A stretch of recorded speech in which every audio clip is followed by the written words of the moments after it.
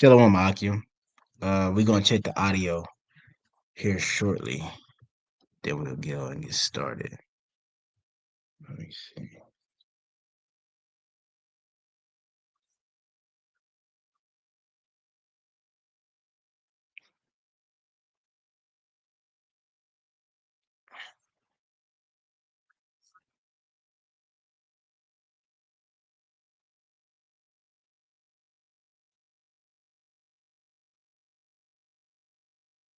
Shalom, Akim. We're sounding good. So, Shalom. First and foremost, I want to start off by giving all praises, honors, and glories to Yahweh, Bahashem, Yahweh Shai, Bahashem, Rahak want to give double honors to the apostles and the elders, great millstone who taught us this 100% truth according to the spirits to be Yahweh Bahashem, Yahweh Shai. Peace and blessing to the hopeful elect out there pushing his word through the four corners of the earth into sincerity. Peace and blessing to you hopeful believers out there, which are also part of the elect to say Shalom. So we're back here again through the power and spirit of Yahweh Bahashem Shai, another Sunday. And once again, we're in the book of Joshua. And last week we went into the book of Joshua, chapter 9, which was the supplanting of the heathen. The heathens finessed their way into pretty much the Lord not destroying their ass, you know. But the Lord had to set up at that for a reason. And now we're here in Joshua 10. So like we're in the book of Joshua 10 now. And now this is a continuing on from that chapter. And it's pretty much going into those other Philistine nations that was there. Because Gibeon was one of them, Jericho, AI. But you got some more that was there that Joshua hasn't conquered yet, but we know essentially they are going to be conquered. But Joshua hasn't moved that way yet. So they took it upon themselves to make a crafty counsel, which we're going to read. So we could get Joshua chapter. Well, let me pull it up actually, so you can read it. Share the screen, Joshua. If I may add before you read it, basically, shit, Lord still got them because they did make it so they ain't get destroyed. But when you go into the manners and customs of that what the job, the position that they were is basically like it until like them becoming a maid. So it was a lot of men of war that basically got the position like a woman's job, like being like into a maid. So Lord Right. still got them. They became subjects unto us. Yep. The Lord brought them loose. So we'll read as you read it, as it says in the top. Israel defeats the southern armies. You see, right? So you go and read those, Joshua. Yeah, you go and read. Start at verse 1. This is the book of Joshua chapter 10 and verse 1. Now it came to pass when Adoni-Zedek, king of Jerusalem, had heard how Joshua had taken Ai and had utterly destroyed it, as he had done to Jericho and her king, so he had done to Ai and her king, and how the inhabitants of Gibeon had made peace with Israel and were among them. Are This you is reading verse that in 2. NLT? Are you able to pull it up on your screen? I can do it from your screen. Nah, you read it in the NLT. No, I'm in the King James. That's a KJV. Yeah, you're in Why does it look NLT on just like yours. mine? That you're Mine's in NLT NLT. on yours. I look like wait, is that? Okay, I'm tripping. Yeah, there it is. Yeah. I know when trip. I was like, why myself?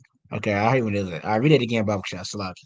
Kind of, yep. This is Joshua chapter 10 and verse 1. It says, now it came to pass when Adoni-Zedek, king of Jerusalem, had heard how Joshua had taken Ai and had utterly destroyed it, as he had done to Jericho and her king, so he had done to Ai and her king.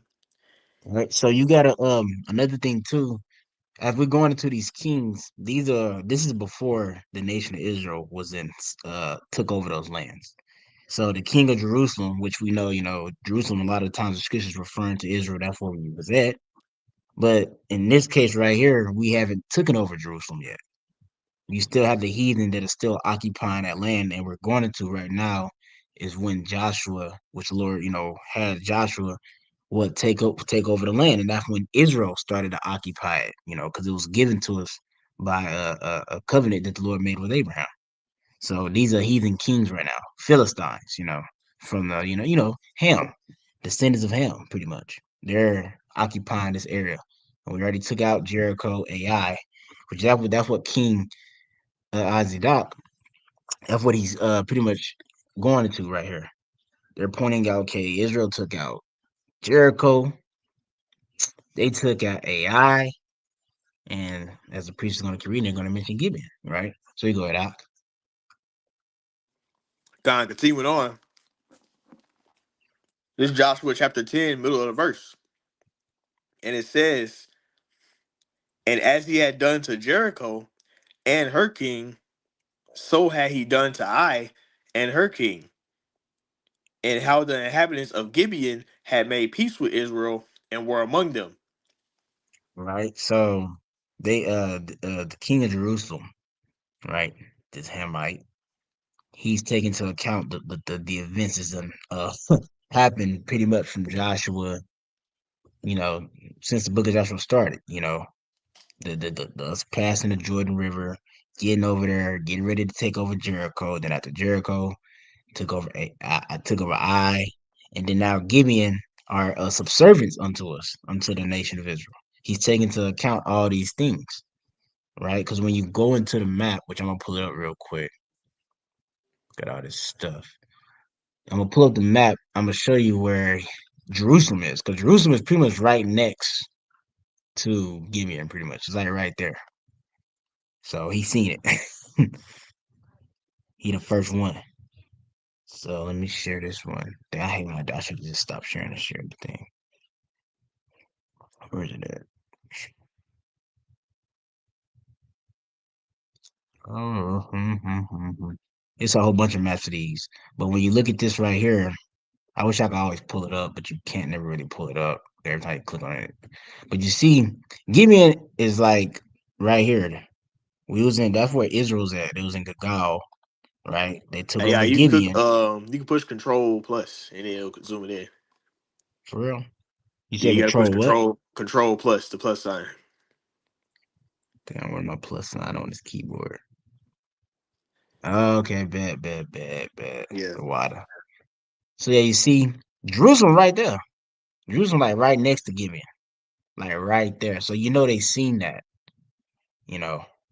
Yeah, think about it. These cities, all these royal cities, they got watchmen, they got those particular things. They seen Gibeon being subservient unto Israel now. Because there wasn't no war. Israel didn't have no war with Gibeon. What happened was Gibeon tried to it was trying to, I would have said earlier, it was trying to Aquab and Lord punish them eventually by making them slaves. So they seen Gibeon submit. And that's what we see. We're kind of looking at the mindset of the king of Jerusalem right now, right? So now you can read verse 2. This Joshua chapter 10 and verse 2. It says that they feared greatly because Gibeon was a great city, as one of the royal cities, and because it was greater than I, and all the men thereof were mighty. Exactly. So they was the king of Jerusalem, he was like they had that fear. They was scared because like I said, Gibeon was a great city. It was like one of the royal cities. And when you go into what kind of determined the power of the city, royal city, was its military might, which when Jerusalem was like kind of like the top dog, but Gibeon was a great asset unto them. Gibeon was like a great asset unto them. They was a great military city. The military was great. When you read, like the priest mentioned, like how the Lord he humbled them by making the great warriors take on the job, the position now of a maid. You see, that was their punishment because Gibeon was a great city. They had great warriors. And even when you kind of read throughout the scriptures, we had a lot of wars with the Philistines. You even got Goliath. He was a Philistine. He's a great warrior, just inferior to the nation of Israel. But Philistine, they got great warriors, man. You see, and Gibeon was one that had a lot of them, and it was like, damn, Gibeon they just went to go submit. Like they was like we could have used Gibeon, right? Because what you're finna read is as you get down in the chapter, the nations are going to conspire to pretty much take over Gibeon, because essentially they all want to be in league with each other, so they could be at a battle of the nation of Israel, because they all know what's coming. Same how Jericho knew. I mean, the scripture don't necessarily I knew, but they knew. All of them knew. They knew about the great power of the nation of Israel, and the Lord has numbered their kingdoms to be conquered by the nation of Israel. They knew that. So we just really watching it play out. Well, reading it play out pretty much. You can go to yeah, you keep reading. Baba Yeah, I Kishon. got you. This Joshua chapter 10 and verse 3.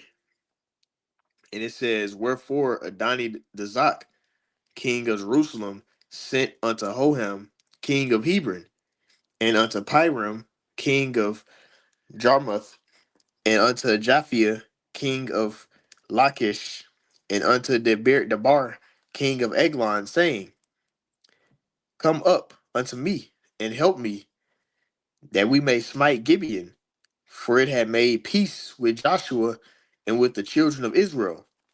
You see? So they're conspiring, right? And I forgot to mention in the beginning too, because anybody tuning in is new. If you don't know, Joshua is his name is Yahushua. Because before his name was changed to Joshua, it was Hawashai. Before it changed to Yahushua, it was Hawashai, pretty much. It was Oshea. But it got changed to Joshua by Moses. It got changed to Yahushua. Now, what we're reading in this chapter is pretty much a foreshadowing of what the actual Yahushua, right, the one that he delivered, what he's gonna do when he comes back in the earth as a power. Because as Joshua's approaching these kingdoms, right, he's conquering them. He's pretty much approaching them in the spirit of conquering to take over, to assert the authority in the earth.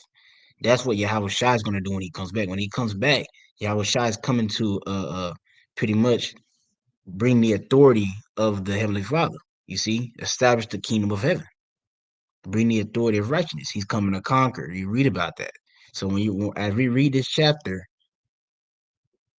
know that this is a foreshadowing of what Yahweh Shai is going to pretty much do. You see, and as a matter of fact, I'm gonna read. We could get one. We just get a couple scriptures going to that. So where is it at? Right.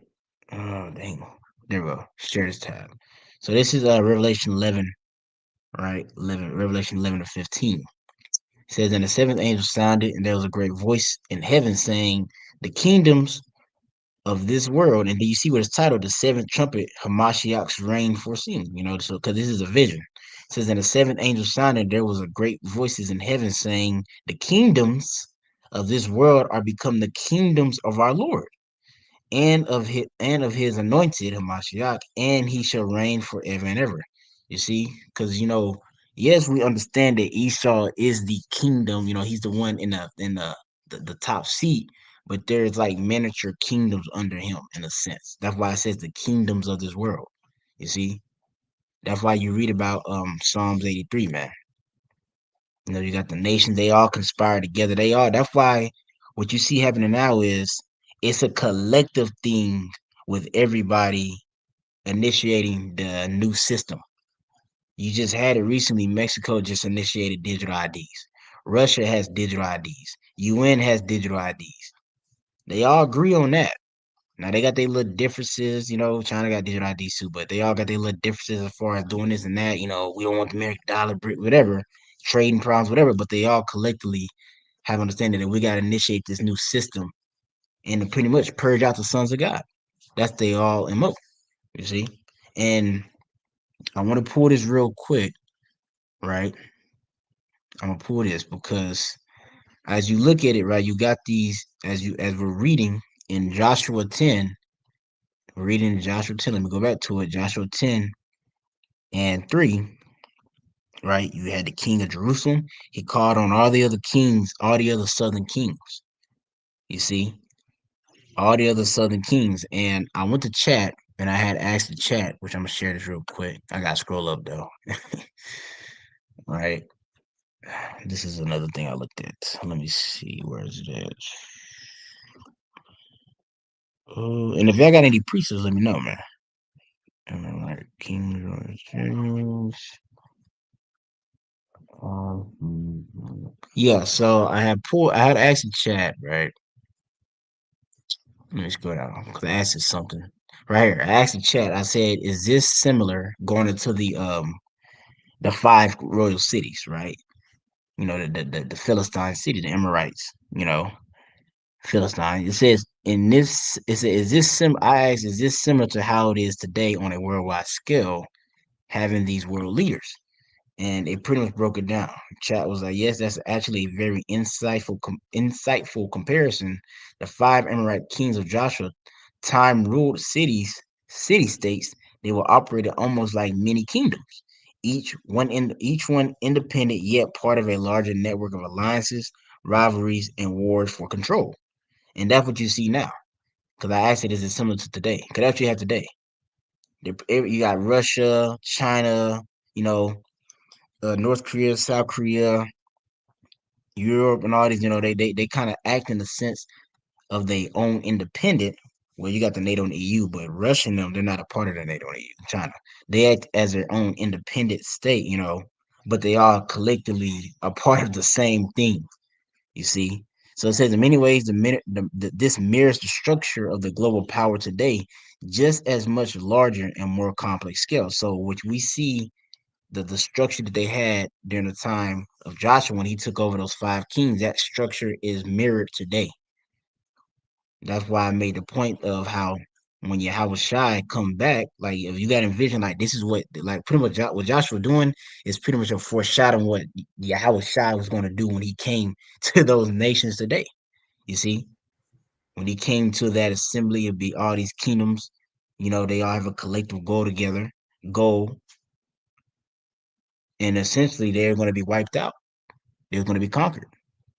As I better words, I'll say they'll be conquered because the only one that's going to be wiped out is Babylon, the Great America, but the other ones will be conquered. So it says these city states, now nation states, ancient world. Not this one. It says modern world power is national. Each country, like the U.S., China, Russia, etc., controls a much larger territory, but functions in similar way with its own government, army, and leader. Which that's how those five Emirate kings were. They had their own government, army, and leader. They had their own king and they had their own military. But when you go up, let me go up real quick.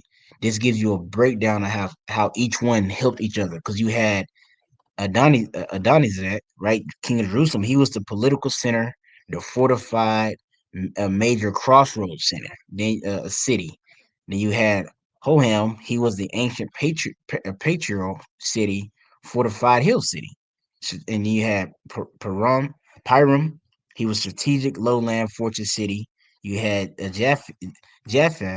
You had military vital. Yeah, materially vital, second only to Jerusalem later on. See, so Jaffe was big and their military was very great. That's what they brought to the table. You see, then you got the buyer, Eglon, which he was over Eglon, agricultural and trade hub. You see, same thing you had today. Everyone play a part in the the functioning of the world system. China, U.S. Everybody know China's known for what? They're known for being productive because U.S. is the big consumer. China's the one that creates all the product and stuff like that. Russia initially owns Ukraine, things like that. Bread basket of the earth, oil, all these particular things, but they all work together, on a collective system. And that's how, I've given a comparison, that's how those kings were back then. They was the same way. That's why when Gibeon got taken out, it was such a big thing because Gibeon played a part in that function. That function, you see, that system function that they had going on at that time. Gibeon played a part in that.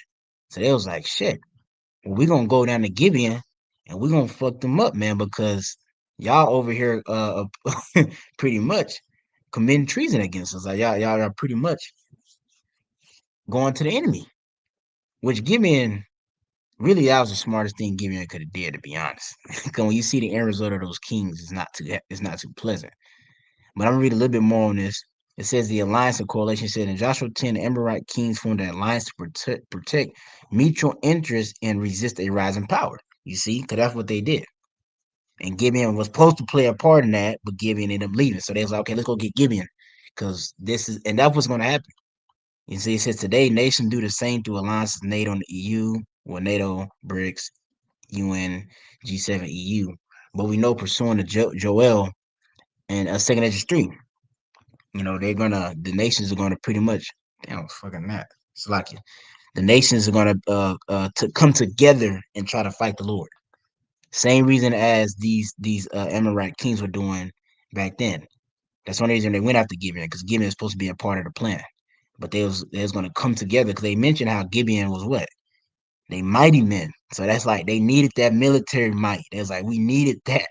We needed that firepower. You see, we needed that firepower, but they dipped on us. We needed that firepower to fight the nation Israel, and that's the same thing now. Now, when the Lord Yahweh shall return, He's coming with the heavenly host, the army of the heavens, the army of Israel. That's our army, right? And He's going to conquer them. Same that's happening in the book of Joshua. The nations are coming together to try to fight against the Lord. As a matter of fact, we might as well pull. I said it. Let me get the second address, 13. And if you got a precept, anybody got a precept, let me know, man. I do. Let me get the second address, 13. All right. The second address, 13. And this is going into a vision that Esdras had regarding the return of the Lord, right? So where's a good point to start? Well, the point is in 5, but we can start. Well,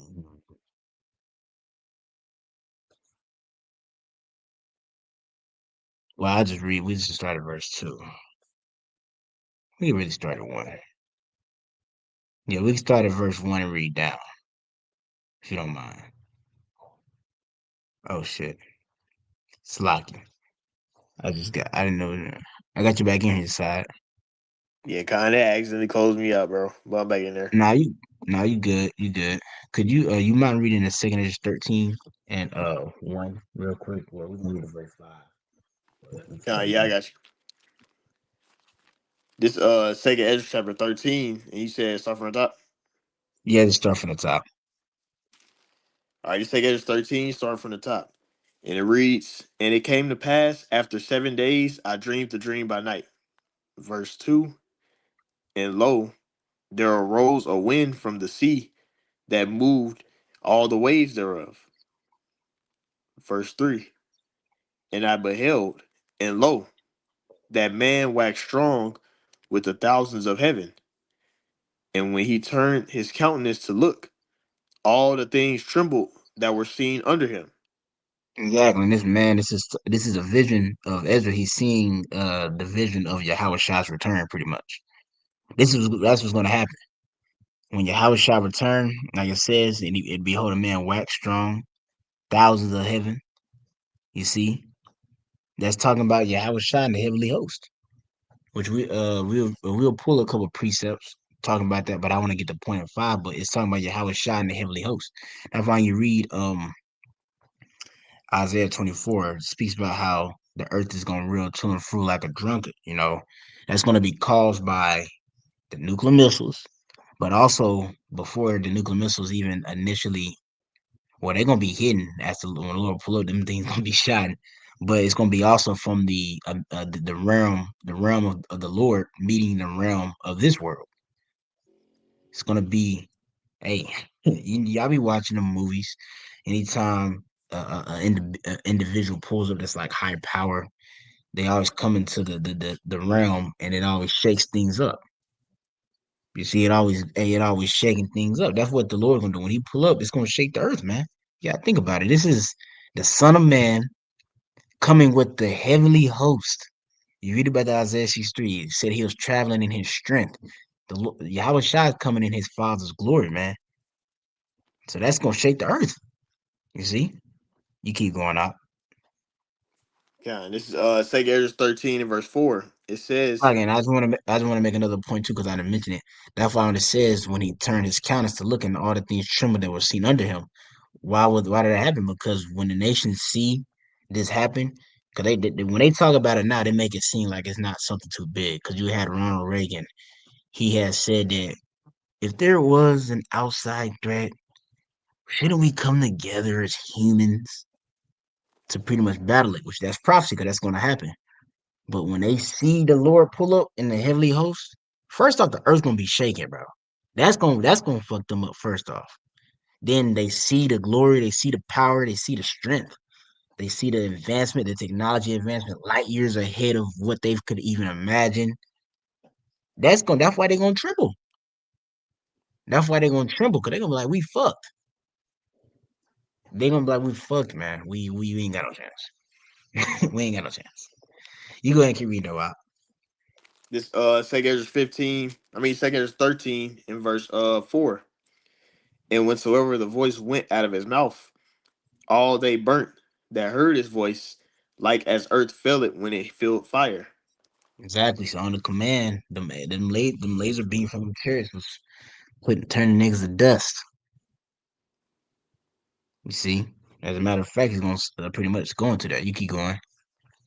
This 2 Ezra 13 and 5, it says, And after this I beheld, and lo, there was a gathered together a multitude of men out of number from the four winds of heaven to subdue the man that came out of the sea.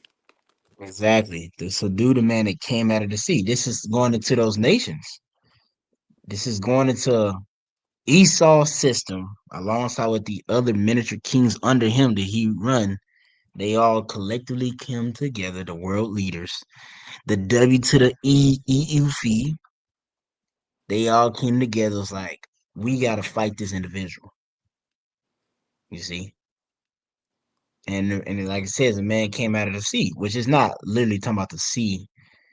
If you know the Hebrew word for the heavens is shemayim, which is also synonymous with waters.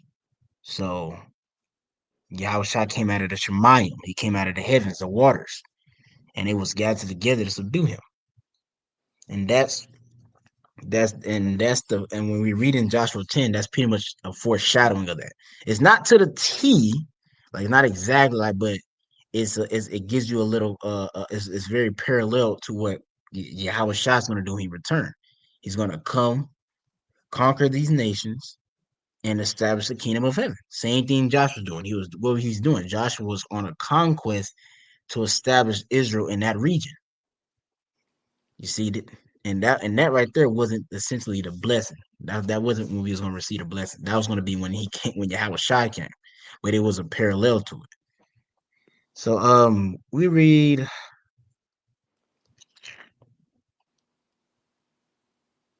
need to read verse 6, and I think we could jump down. Yeah, read verse 6, Baba Shah. I think we jumped down to one, but read verse 6. This is 2 Ezra 13 and 6. It says, But I beheld, and lo, he had graved himself a great mountain and flew upon it. Yep. And that mountain is what um that was what Ezra could describe it as. It's a big fathership chariot. But let me see. Let me jump down. Where verse 11? Nah, jump down to verse 31 real quick. 31. This is 2 Ezra 13 and 31. It says, And one shall Just undertake. yeah, just read verse 31. Yeah, this 2 Ezra 13 and 31, jumping down. It says, And one shall undertake to fight against another, one city against another, one place against another, one people against another, and one realm against another. Exactly, one realm against another, going into when Yahweh Shah returns. You see? So like we'll jump back into Joshua, read some more because it's pretty long. So we'll jump back into Joshua. And as a matter of fact, before we read Joshua, I'm gonna pull this real quick, then we'll jump back into Joshua. Where is that?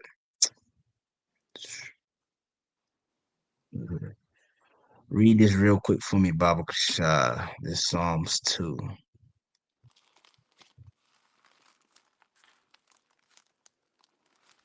All right, you got it out. You want from the top?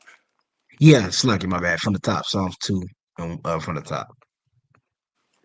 I was reading on the screen. It says Psalms 2 and 1 NLT. It says, "Why are the nations ain't so angry? Why do they waste their time with futile plans?" Exactly, and that's what's going to be displayed in the book of Joshua 10. They're gonna make a futile plan, stupid, vain, worth nothing. The smart thing would be for them to do, which really they really ain't got no they ain't got too many options because initially Joshua's not making no covenant. He's already the one that got the best option. They got the they in a bad situation, but they in the best situation to give it. To be honest, they slave they brought low, but they ass ain't gonna be killed. You see, they in the best position compared to the other one. Because the other ones, y'all, Joshua, he's already went through. He's already got the experience. Okay, next time we have some dudes saying they're traveling from a far city, we gonna see the counsel of the Lord. So y'all can't do that. I can't deceive Israel and try to. Y'all best bet is really just to go out fighting. Really, that's y'all best bet. Just go out fighting. See, but that's what they try. That's kind of what they trying to do. They like we got a plan. We gotta pretty much take out Gibeon, get Gibeon back, then we can fight Israel. That's their plan, and that's what we see happening now. Esau has a plan, him and the nations collectively to eventually, essentially, which it's going to break down their plan. So you can read verse 2. This is Psalms 2 and 2. It says NLT, the kings of the earth prepare for battle. The rulers plot together against Yahweh Bashem Shai and against his anointed one. God. As it says, the king they prepare for battle. They all collectively in agreement that they're plotting. They got a plan against the Lord and His anointed one. And who is His anointed one? Pretty much the nation Israel. You see, right? And what's their plan? Read verse 3. It says Psalms 2 and 3. Let us break their chains, they cry, and free ourselves from slavery to the Heavenly Father. Exactly. So they're gonna escape slavery. They're not gonna be bound. They're not gonna be slaves. And the way they plan on doing that is completely getting rid of the nation of Israel. So that connection with the Lord and nation of Israel can never be there. So there'll never be a point to where Israel, because they try they're doing it now. They tried to just put us as slaves, but we came back to the beats of the scriptures. So their plan is like, you know what? We just got to get rid of them completely. We got to eradicate them. We got to get them off the planet. Because if we get them off the planet, then there can never be, oh, the nation of Israel will rise up because of their power, because they won't exist no more. But little do they know, the Lord's gonna turn it back on them. That's what's gonna happen to them. Because this plan is headed by Esau. The heathen nations, they gonna get a chance to be righteous, but Esau, he don't get no chance. He ain't gonna have no mercy. So we go back to the book of Joshua 10, and If I we'll may just add be as reading. well, the main anointed one is Yahweh Shai. That's what Yeah, Psalms 2 is going into. So shit, that's basically like you were saying, they trying to come against Yahweh Shai. yep, kind of the water, the anointed. Now we can jump back into Joshua 10. You just read verse 4 and 5, and you kind of could keep reading. This Joshua chapter 10, and I'm gonna get it verse 4. It says, "Come up unto me and help me, that we may smite Gibeon, for it hath made peace with Joshua and with the children of Israel." Verse 5. Therefore the five kings of the Amorites, the king of Jerusalem, the king of Hebron, the king of Jerumoth, the king of Lachish, the king of Eglon, gathered themselves together, and went up they and all their hosts, and encamped before Gibeon, and made war against it. Exactly. So this the futile plan. We're gonna take Gibeon from Israel, which is stupid, but they think they're gonna take Gibeon from Israel, and then they're gonna fight Israel. That's their plan. Go ahead. Verse 6, it says, "And the men of Gibeon sent unto Joshua to the camp of Gilgal, saying, Slack not thy hand from thy servants. Come up to us quickly, and save us, and help us. For all the kings of the Amorites that dwell in their mountains are gathered together against us." Exactly. So Gibeon called out Israel for help, which of course Israel came to help them because Gibeon is now tied to Israel. You go try to smite a man's slave, you pretty much smite the man because that's his slave. You see? You go ahead. They became a vassal unto us. Yeah, exactly. The water. Yeah, That's that's that's what just like how Israel is with America. That's why America keep coming to the rescue. That's like in how basically they became. the water. The water. And That's boy, exactly what it is. They became a vassal. They became a vassal unto us. See, because essentially they was a vassal unto the other ones. That's what they was, kind of like a vassal. They supported the system. But you go ahead up. kind. This is Joshua 10 and verse 7. It says, so Joshua ascended from Gilgal, he and all the people of war with him, and all the mighty men of valor. Right. Verse oh yeah, because So, so I was gonna say, like I said, Joshua, he ready to go to war. You see, and the crazy thing that's what's gonna happen when Yahweh Shai comes. He's bringing the mighty men, right? He's bringing the mighty men to take over this place. You see, the archangel of war is gonna be there, Michael.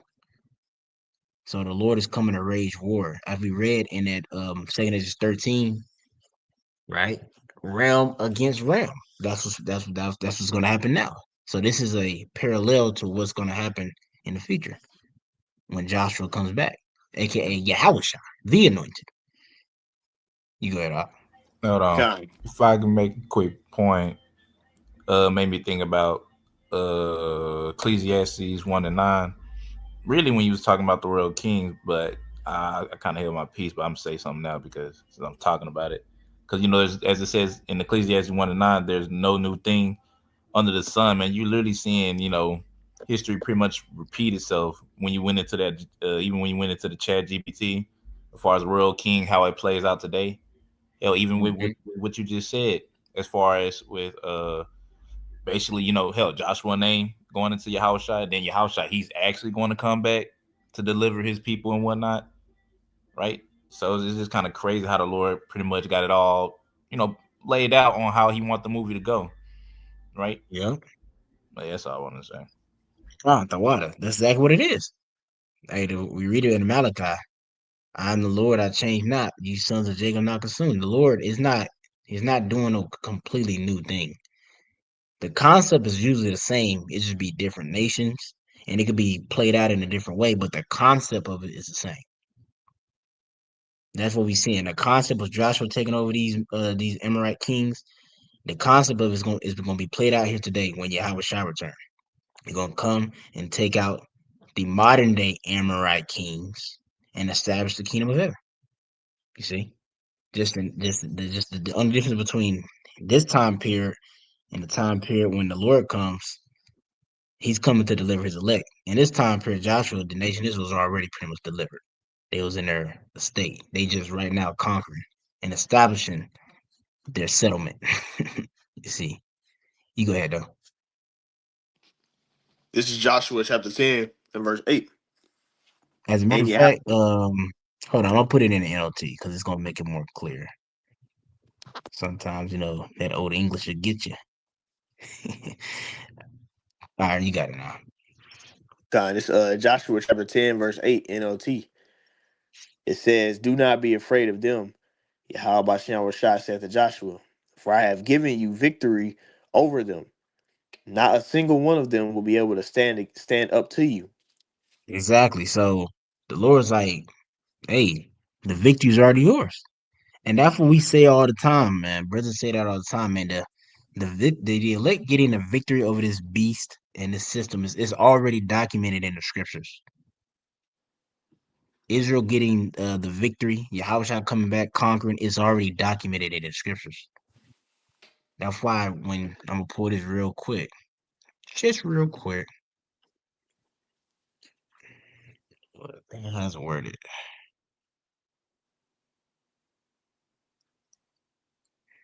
Let me see if I put this with a pop up. There we go. I'm gonna pull this real quick. Damn.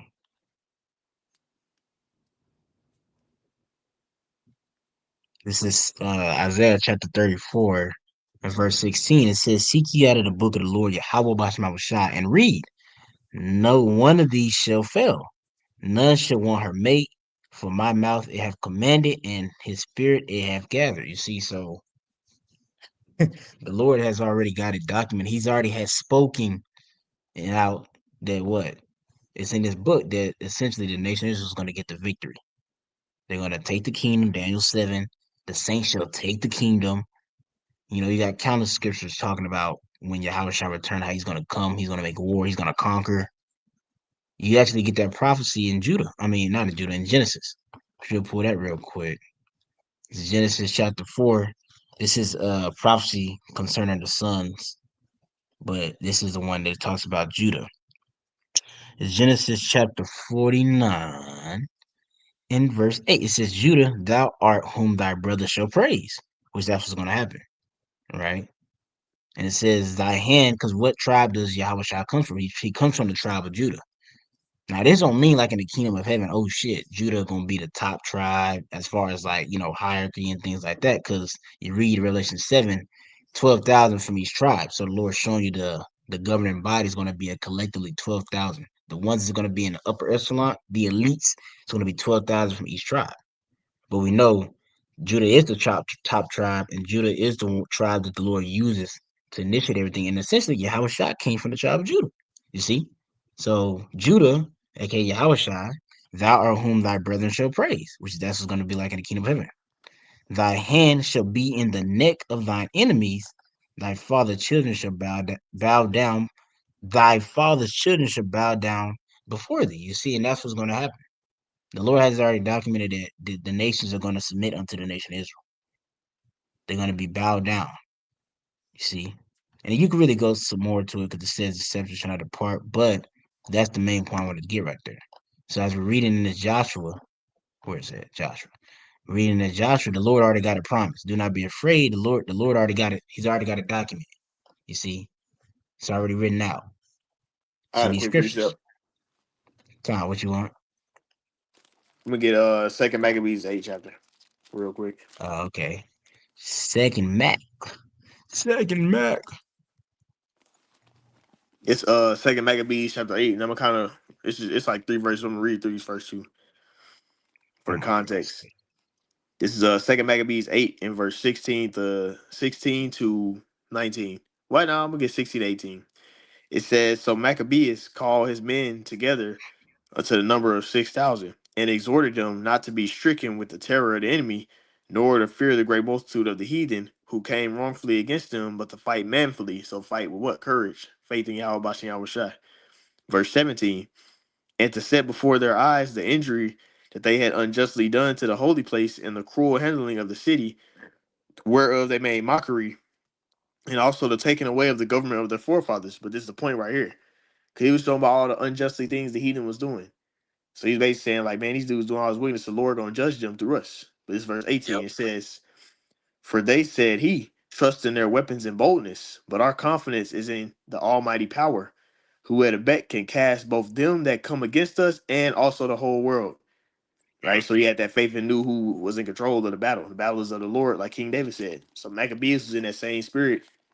He was basically in tune with what the Lord is saying. The Lord is saying, man, don't fear them, because I'm controlling this battle. Yep.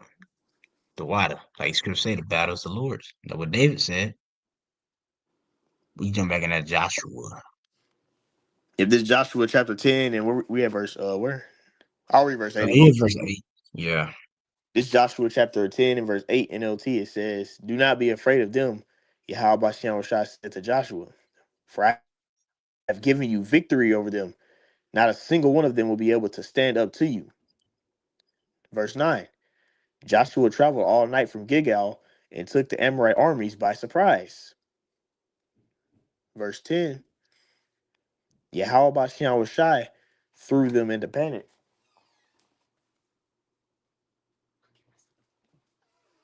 So it's like, my bad. This Joshua chapter 10 and verse 10, it says NLT. It says Yahweh Bashem Rashad threw them into panic, and the Israelites slaughtered great numbers of them in Gibeon. Then the Exactly. Israelites, So oh, you got now I was gonna say, Lord, he strategically, it was like a sneak attack, pretty much. That's why they got thrown into panic. They was, oh shit, Israel. Like they just thought they was gonna be able to come up on Gibeon and Israel wasn't gonna do nothing. It didn't make any sense, but they was, and it's really funny because as you see, like I said, it didn't make sense. You see that same type of spirit on Esau. He's fumbling, like as he's trying to do his little thing. It's tacky. It's out of order. It's out of whack. It's not really. When you looking at it, like you really put it. You didn't put a lot of thought into that, did you? That's how it was with them Amorite kings. They didn't really put a lot of thought into thinking that they were just going to come take a Gibeon, right? Those Amorite kings is going to come and take Gibeon, and Israel wasn't going to try to defend Gibeon. They were just going to do it under the nose, you know. So it just shows you how they wasn't really thinking. Which scriptures say there's no wisdom in Teman, and there's no wisdom by it. Wasn't found by the Amorites. So, but yeah, they just and this is and once again, this is the Lord displaying his he's a man of war, his chess moves. But you go ahead, Doc. Yeah, this Joshua 10 and 10 NLT. It says Yahweh Bashem was shot through them into panic, and the Israelites slaughtered great numbers of them at Gibeon. Then the Israelites chased the enemy along the road to Beth Horon, killing them all along the way to Ezekiah and Makeda. If I may add, that's that scripture. No, scripture say, "One of you shall chase 1,000." Yep. This part of that was being fulfilled here in Joshua. But guess what? We're getting ready to see the Lord raise the standard again. Uh, This verse 11, Joshua 10:11 in OT. It says, "As for the Amorites, retreated on the road from Beth Horon, Yahweh Bashan Rashad destroyed them with a terrible hailstorm from heaven that continued until they reached Azekah, and the hail killed more of the enemy than the Israelites killed with a sword." So they was getting fucked up, bro. Pretty much, bro. They was getting fucked up. Like the Lord. Let me pull this map. Let me pull the map up, man, so so I could show you. Like the Lord, he was really driving them niggas back pretty far, right? So let me pull this up real quick. All right. So you see, you got the map right here. They was right here. They thought he was gonna be right here. They got pushed back to here and down here, man. Beth Horn's like right there, but that's still not too close. But that's right there. But then they got Makeda. The Lord pushing their ass back, and then at the same time, the Lord was smiting their ass with hell. You see, and it's kind of crazy that when you go back to that, right? Read it again. It says how the Lord had destroyed them with a terrible hailstorm from heaven. It's kind of crazy how like the priest mentioned in Ecclesiastes 1, there's nothing new under the storm. I mean, nothing new under the sun, because the Lord's going to do the same thing to Babylon and Great America. He's going to destroy it with a terrible hailstorm with fire. You know, like he did in Sodom and Gomorrah. So I just thought that was kind of pretty interesting how the correlation, how when Joshua was on the scene and we was conquering and he was taking out these kings to establish Israel, that's the same type of judgment that's going to come on to Esau when Yahweh Shah comes to establish Israel in earth, beginning with the elect. The same type of judgment. Because that hailstorm, the 200 million nuclear missiles is going to kill a lot of motherfuckers, bro. A lot. A lot, man. You got to think about it. They said one nuclear missile can take out Texas. Texas is probably I think it's like third, I think it's like the second or the third biggest state in the United States. If one nuclear missile could take out Texas, then imagine 200, not 100, not one, 200 million nuclear missiles coming on Babylon the Great America. If you over here in North America, you were fucked. You were dead. And then that's not even taking into account the laser beam from the chariots. It's like a big mixture. It's like a super, it's like a combined super move. You got the laser beam from the chariots. That's gonna be this different type of fire. Then you got the nuclear missile fire. Hey, they ain't. I mean, we seen the damage from the atomic bomb that had niggas scared. The nuclear missile, they gonna make the atomic bomb look like a child's play, man. But like Scripture said, the Lord He created the smith to blow the wind. So this is the Lord's creation. This is His judgment. Same thing with this one though. I just thought that was pretty neat though. The correlation between it. The same judgment that when Joshua was pretty much establishing, aka Yahweh was establishing Israel in the land. That's the same type of judgment the Lord's going to bring unto Babylon the Great America. But you got it out. Kind of this Joshua chapter 10. I'm just reading verse 11 again in LT. It says, as the Amorites retreated down the road from Beth Horon, Yahweh Bashem Shah destroyed them with a terrible hailstorm from heaven that continued until they reached Azekah, that killed more of the enemy than the Israelites killed with the sword. Verse 12. On that day, Yahweh Bashem Shah gave the Israelites victory over the Amorites. Joshua prayed to Yahweh Bashem Shah in front of all the people of Israel. He said, let the sun stand over Gibeon and the moon over the valley of Ajalon. Right? Verse So, right. Read that again. Read that again, Bible. So read that again. Joshua 10 and 12, it says, on that day, Yahweh Bashem Shai gave the Israelites the victory over the Amorites. Joshua prayed to Yahweh Bashem Shai in front of the people of Israel.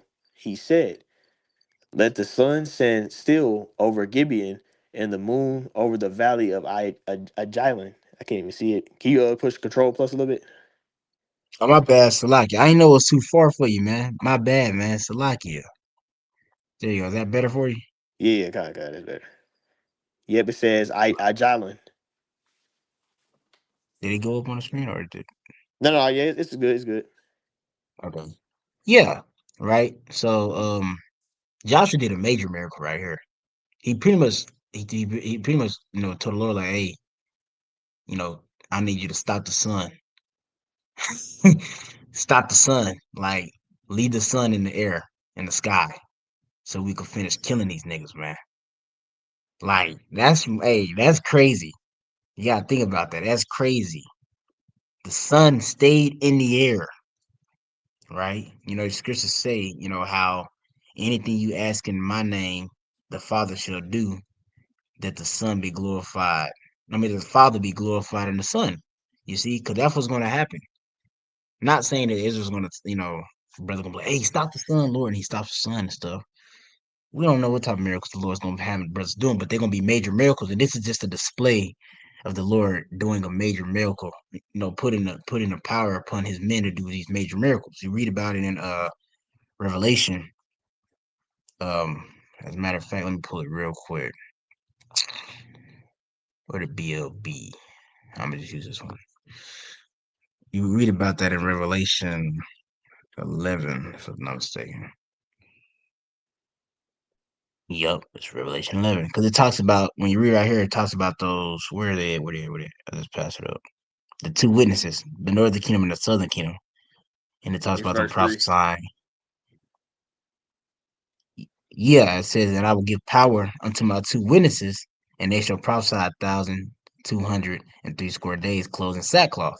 Right, and when this is talking about pretty much us fulfilling our prophecies of us being going into captivity under our enemy, chiefly under Esau. That thousand, 32 months, 42 months. Scriptures going to times and a half. That's what it's going to, right?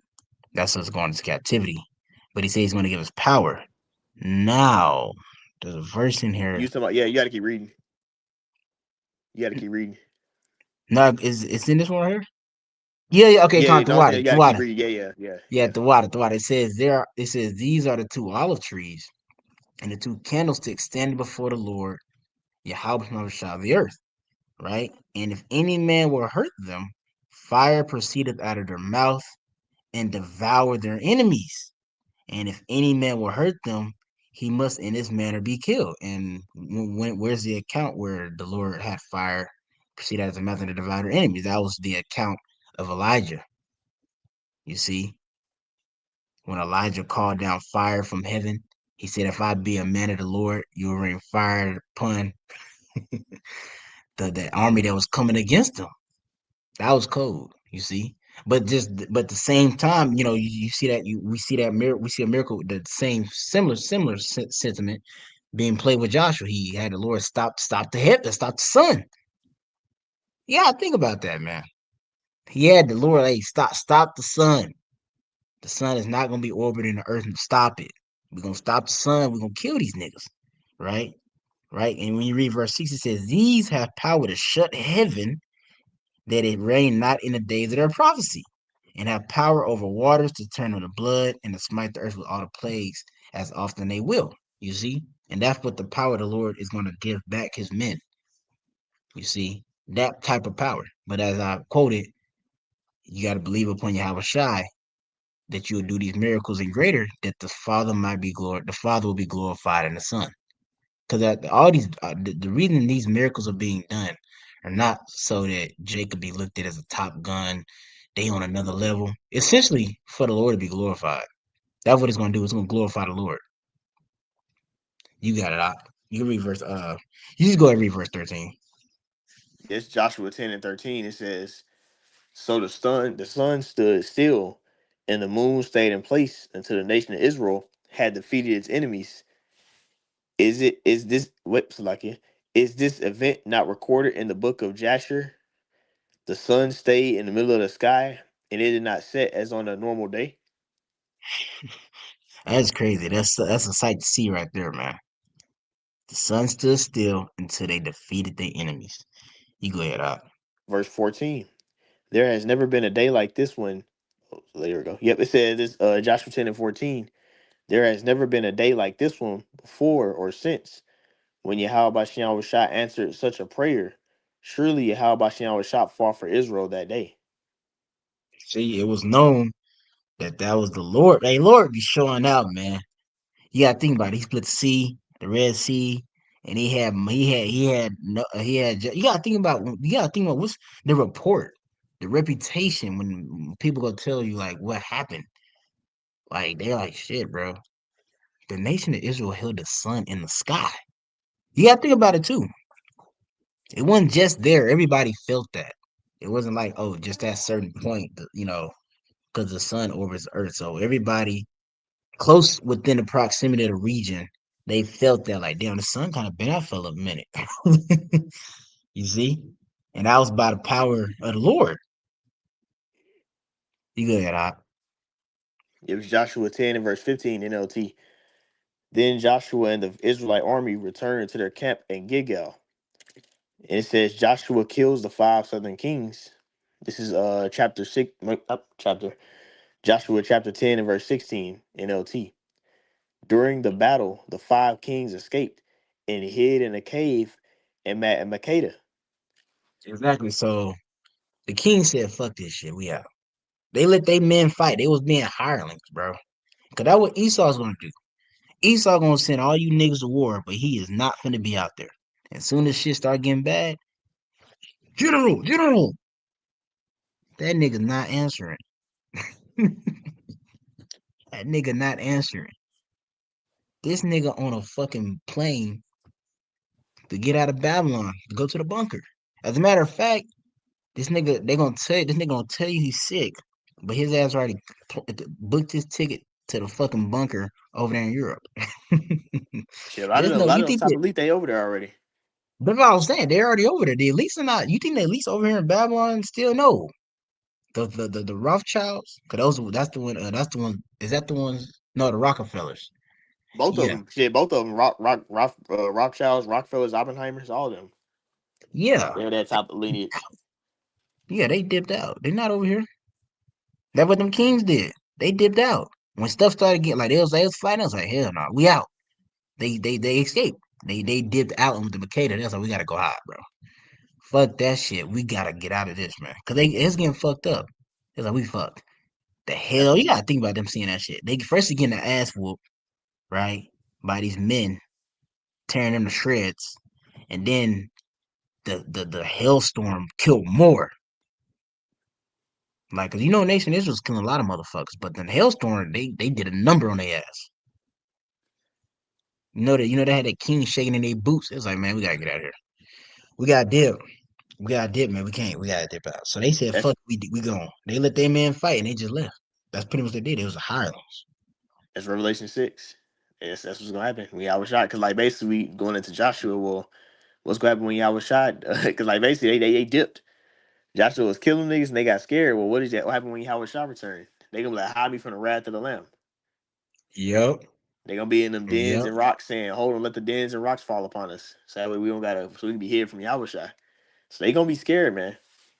Yep. I'm gonna pull this real quick. This is Isaiah chapter 34. The title says, The Lord's Wrath Against the Nations. Start at verse 1. Come near, ye nations, to hear, and to hearken, ye people. Let the earth hear, and all that therein, the world, and all the things that come forth of it. For the indignation, which is righteous anger, of the Lord Yahweh is upon all nations, and his fury is upon all their armies.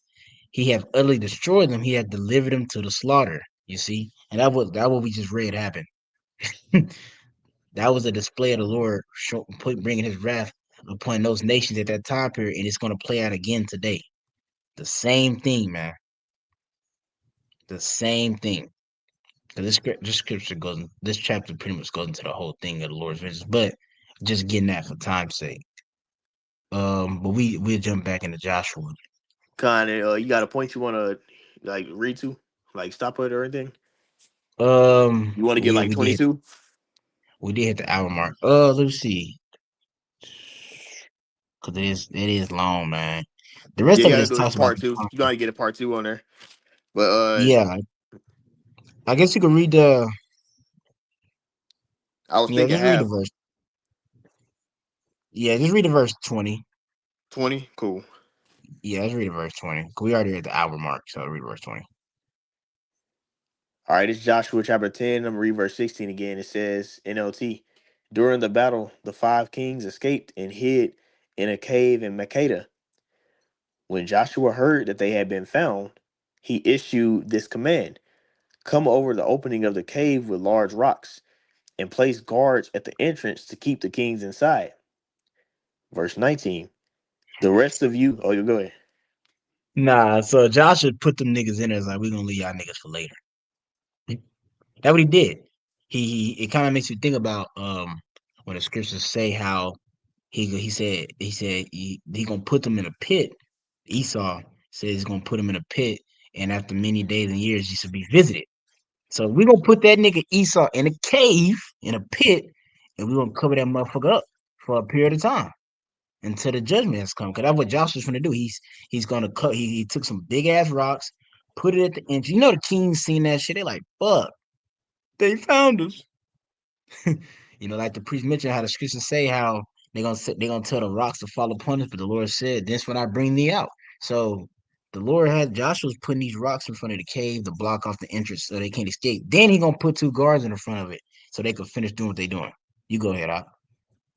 Yep, Joshua chapter 10, verse 18 again, NLT. It says, he issued this command: cover the opening of the cave with large rocks and place guards at the entrance to keep the kings inside.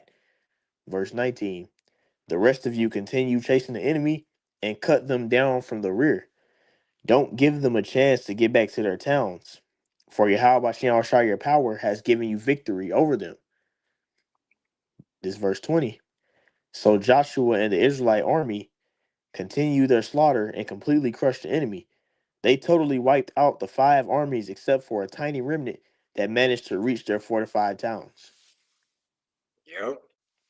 So little ones made, they got back to the fortified towns, but don't worry, we're gonna get to those fortified towns too, because you in our territory. But no, we're gonna do I'll do a part two throughout the week because essentially the rest of the chapters kind of just echoing the same thing, talking about Joshua conquering stuff like that. And this next part is literally going to talk about the kings. Because so after Joshua did that, took out the five armies and whatever they could, the most they could get as possible, and the ones that made it to the fortified. Okay, we get y'all later. This is when after many days and years you should be visited. He's gonna go back to that cave and get them damn kings. But he preserved it. He's like, all right, we're gonna put y'all in, we're gonna leave y'all in that cave, put these rocks right there.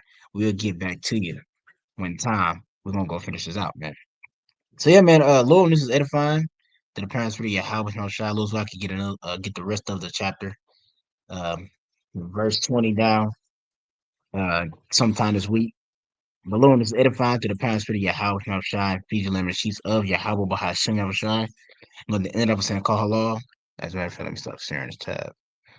I'm going to end up saying call halal, Yahweh Bahashim Yahushai Bahashim Mahakwadash. I'm going to get the honors to the apostles and the elders, great millstone. And to y'all, I'm going to say shalom.